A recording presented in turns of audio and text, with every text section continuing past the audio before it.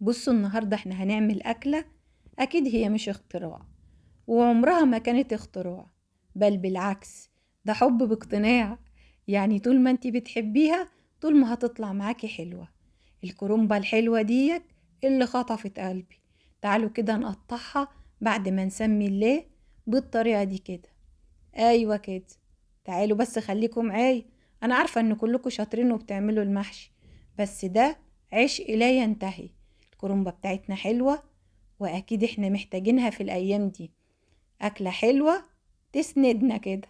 تعالوا يلا، مية بتغلي وهنضيف عليها معلقة سكر، وما تنسوش معلقة السكر. ولو سألتوني معلقة السكر ليه وانتي بتسلويها، هقولك عمر الكرنب ما يشد معاكي، الا بالعكس هيبقى حلو وبيقطم معاكي كده وانتي بتاكليه، وفي نفس الوقت الورق نفسه مسكر. هنسلق كده، يلا دقيقة ونطلع، وهنكمل كل الورق بالشكل ده كده. يلا يا غالية وخليكي معايا. ادي المرحلة التانية. معلقة زبدة او سمنة، ضيفي عليها معلقة زيت، وزي ما انت عايزة المادة الدهنية دي ترجعلك انت. انا نزلت ببصلتين كده، فرمهم في الكبة عليهم 5 فصوص توم، اديتهم فرمة حلوة، ونزلت بيهم على المادة الدهنية بتاعتي. قلبي كده لحد ما تشمي ريحة التوم معاكي والبصل يصفر مش عاوزينه يتحرق. معلقتين صلصة، وادي معلقة هريسة، وممكن تستغني عنها لو مش حباها، بس اوعدك ان بتدي طعم وريحة بجد حلو جدا. يلا بقى قلبي التقليبة الحلوة كده، وفي نفس الوقت تكوني مجهزة الطماطم معاكي. ايوه كده. انزلي بقى بالطماطم بتاعتك بعد ما ضربناها، وعليها كده رشة الكزبرة. في اسهل من كده؟ وادي معلقة سكر عشان حموضة الطماطم، وعشان تاكلي براحتك يا ست الكل. اديها تقليبة حلوة، ويلا غطي بقى وسيبيها تتسبك معانا. ما حطيتيش ملح يا بسوم؟ ما انا فاكره، انا منسيتوش. مش هحط دلوقتي. ايوه كده، خلاص داخله معانا على التسبيكه اهي. بصوا كده، قلبي كده وخليكي شاطره. هننزل بالملح بتاعنا، طبعا الملح ده حسب الرغبه، زي ما انتي عايزه حطي الملح بتاعك. يلا بقى نرجع ونسيبها تتسبك بقى على الاخر. ايوه كده. هناخد معلقتين 3 من الصلصة بتاعتنا، وهقول لكم احنا هنعمل بيهم ايه. خليكي بس معايا للآخر، واوعي تكوني نسيتي اللايك الجميل والكومنت الحلو بتاعك اللي بيبسطني يا ست الكل. واوعي تنسي تشتركي عشان يوصلك اشعارات بكل جديد. الرز بتاعنا غسلينه ومصفيينه، وده رز طبعا مصري بلدي اصيل زيك يا ست الكل.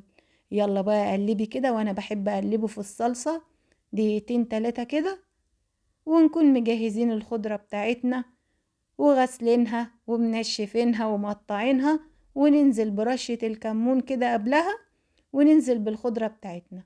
خضرتنا عبارة عن ايه؟ شبت وبقدونس وكزبرة. هناخد حزمة من كل نوع كده، وهنشيل العروق اللي فوق دي نستغنى عنها مش عايزينها. احنا عايزين النص اللي تحت كده ايه من الحزمة، اللي هو بيبقى كله ورق. يلا بقى قطعيه بالشكل ده كده، وبعد ما غسلتيه ونشفتيه نزلنا كده على الرز. خلطتنا بقت تمام، وفي نفس الحلة مش هنغسلها. هنزل ببصلة مقطعوها، معاها جزرة، حباية من الطماطم، قرن فلفل، وتقدري تستغني عنه، رشة فلفل اسود بسيطة كده على البصلة. وهناخد شوية من الخضرة بتاعتنا كده ونقلبها بالشكل ده. ايه رأيكم؟ على طول، مش هناخد وقت، في ثواني كده. يلا بقى ورقة من بتاعة الكرنب زي ما انتي شايفة كده، وهنغطي على الحاجات دي. هنلفه، هنلف بالطريقة دي. وطبعا في ناس بتلف بالشكل ده كده، ايوه كده، وفي ناس بتلف عكس بالطريقة دي كده.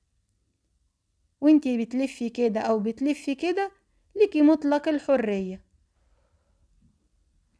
هنكمل الحلة بتاعتنا للآخر، وتعالي اقولك هنعمل ايه بعد كده. زي ما انت شايفة في ثواني على طول هتلفي حلتك بالشكل ده.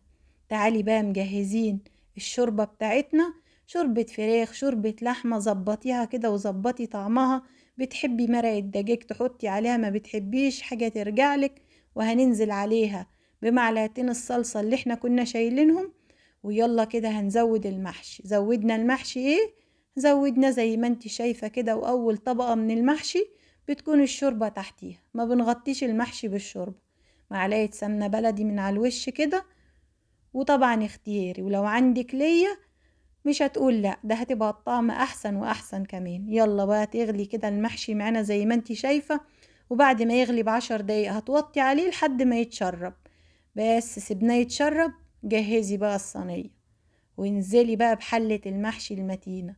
حانت اللحظة بجد، قلبي الصغير لا يتحمل. بصوا كده اللحظة ديت أكيد مش أنا بس اللي بحبها، ده كلكم كمان بتحبوها. يلا بقى طبقك كده يا ست الكل، المحشي بتاعك، حتتين اللحمة بتوعك، وعيشي حياتك زي ما انت عايزة. دي كانت أكلتي ووصفتي. أشوفكم على خير في أكلة جديدة ووصفة جديدة، وسلام عليكم.